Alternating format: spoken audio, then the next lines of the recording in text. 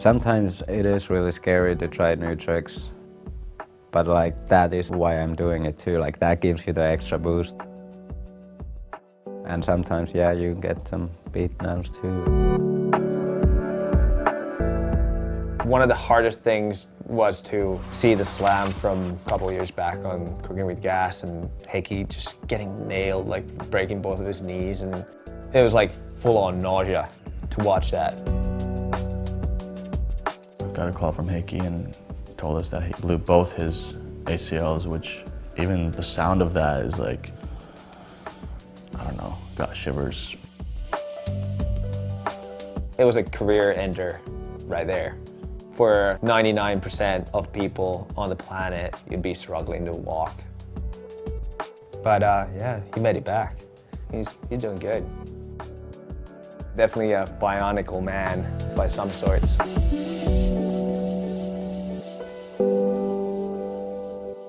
It was maybe 9 months after the injury. Gave me a call from one of the rail trips. Yeah, I just did a dropped the flat from like 3 meters and didn't hurt my knees a bit. I'm good, I'm back. Like, all right, just, you know, take it easy. But no, he's fit. He's a trooper, to say the least.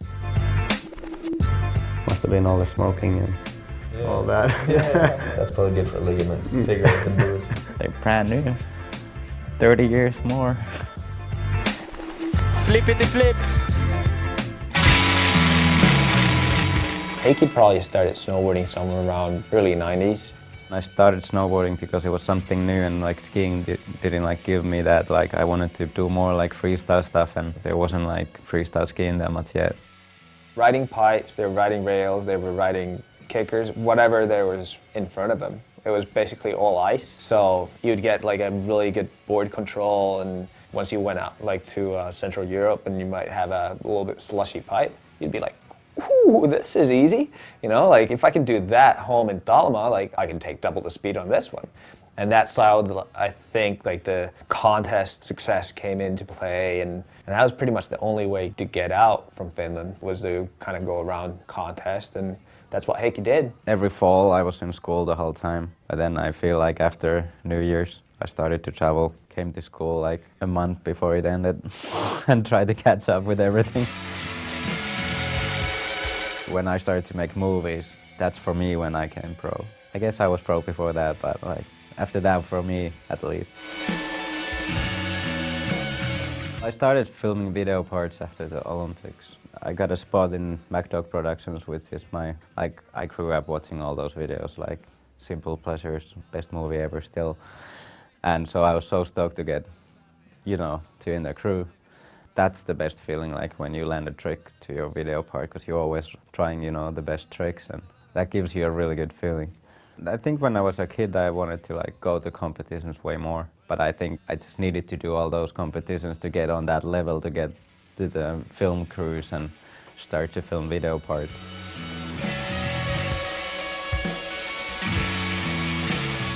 I've been to a couple of film shoots with him, and he's just definitely not a trained rider or a coached rider. No practice, just right into a lot of talent, and other people have been there for a couple hours but doing it. He would show up late.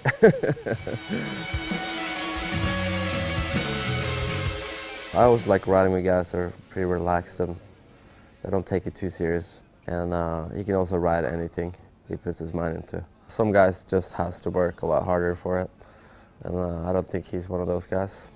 But yeah, has to work a little bit. He didn't really care that much about like winning or whatever. It's just more like when he did something like proper, you know, and you could tell he was like stoked about that more than just like doing the actual trick to win something. He always amazes me, like when we go to backcountry, because like he doesn't even ride that much backcountry, you know, maybe like 2 or 3 weeks a year, and he freaking just stomps everything, which is weird, you know, like just looking at him, like first go, he goes like perfect grab, you know, perfect tweak and perfect landing, and just keeps stacking footage, which is cool to see, you know, but it's kind of like depressing for the other guys.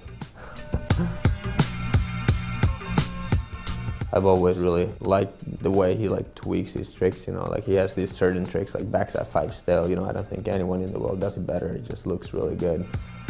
He has that kind of snowboard skate mentality where you just wanna, you know, you just wanna shred it all, and from park, handrails, anything to like backcountry. He was definitely one of the riders that could ride it all, you know, like proper snowboarder, you know, still is. I will stop snowboarding when my motivation goes down, but now it's way too strong to stop, so I can't stop.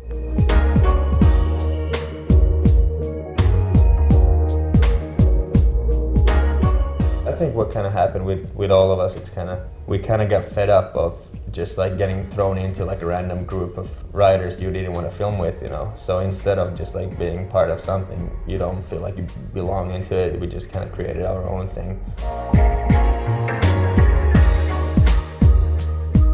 It's not like we had freaking 15 more years time of snowboarding, you know, so might as well enjoy the last couple of years.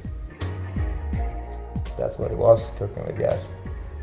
When we told Transworld we were going to be calling it Cooking with Gas, they told that we were fucked up, and they said it's like probably the worst name in the history. But at the same time, like Nick Hamilton came to me like a year or two after, he's like, actually that was a good thing, you know, it's so different that people actually remember the name.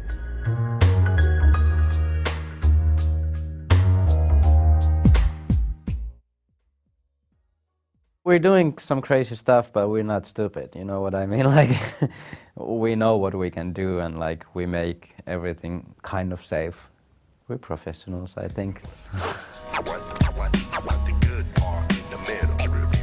Heikki was like, well, I don't want to go in the army, and like, fair enough, I fully understand that. And then we asked for doctors, like, you know, just like a health check or something like that from the operating doctor, and it was, you know, about this long. This is what I'd done there, blah, blah, blah, blah, this, blah, blah, blah, all over the body. And I was like, when I was looking through it, I was like, yeah, I'm pretty sure I can get that guy out of the army. And yeah, it was easy.